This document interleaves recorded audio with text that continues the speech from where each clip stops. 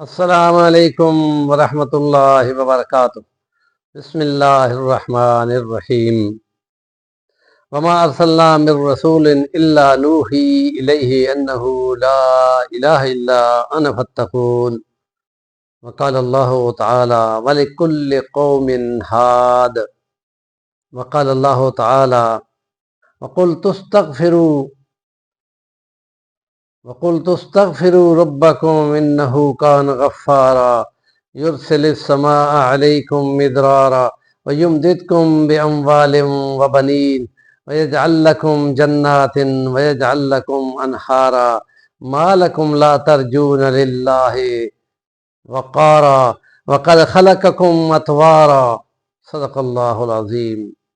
سیرت نبوی صلی اللہ علیہ وسلم اور ایمانیات میں ہم ایمان باللہ، ایمان بالرسل اور ایمان بالکتب اور ایمان الوہیت خدا کو بیان کرتے ہوئے انبیاء کے مختلف انبیاء کی باتوں پر ان پر ایمان لانے کا تذکرہ کر رہے ہیں۔ ایمان بالرسل میں اللہ پاک نے 315 کتابوں کا تذکرہ آتا ہے کہ شریعتیں بھیجیں۔ کتاب شریعت ہوتی ہے اور وہ رسول پہ نازل ہوتی ہے، اور رسول بھی ہے اور نبی بھی ہے، اور اس کے آنے والے اتباع کرنے والے بھی شمار رسول نبی اس کتاب کے فالو کرتے ہیں اور فالو کراتے ہیں۔ اور سب سے پہلا پیغمبر جو اللہ تعالیٰ نے بھیجا اور اس نے کئی 100 سال تک توحید بیان کی، وہ قوم شرک پہ رہی، اور نسلاً بعد نسل وہ ایک دوسرے کو کہہ جاتے کہ اس کی بات نہ سننا۔ اور وہ بیان کرتا ہے کہ میں نے ان کو یہ تلقین کی کہ اللہ کی عبادت کرو، اس کی نافرمانی سے بچو اور میری اتباع کرو، میں تمہیں اس تک پہنچا دوں گا۔ اور ان طریقوں میں سب سے پہلا طریقہ جو حضرت نوح علیہ السلام نے بیان کیا ہے کہ جو قرآن کی سورت نوح میں ہے، اور اس میں 2-3 آیات شروع میں ہیں استغفار کے بارے میں۔ ہم یہ چاہ رہے ہیں، میرا ارادہ ہے کہ مختلف ایمان بالرسل، رسولوں پہ ایمان کے سلسلے میں اپنے سامعین کو ان کی خاص دعائیں ضرور بتا دیں، اور ان کو تاکید کی جائے کہ ان کو فالو کرو، اس لیے کہ خدا نے ان کے تذکرے میں ان کی دعائیں بتا دی ہیں کہ جو ضرور پڑھنی چاہیے۔